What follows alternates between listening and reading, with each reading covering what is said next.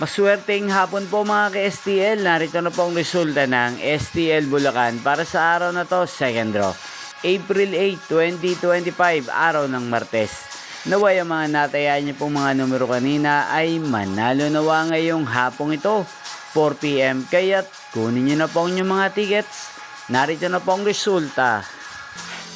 Ang mga numerong nanalo sa STL Bulacan ngayong hapong ito, April 8, 2025, 4 PM. Second draw result, 16 at 23 in exact order. Sa lahat po ng tumaya kanina sa STL Bulacan para sa second draw ng 16 at 23, congrats po sa inyo, panalo po kayo. Again, 16 at 23. At ngayong hapong ito sa STL Bulacan, atin pong i-shoutout si Ate Babylin ng Bulacan.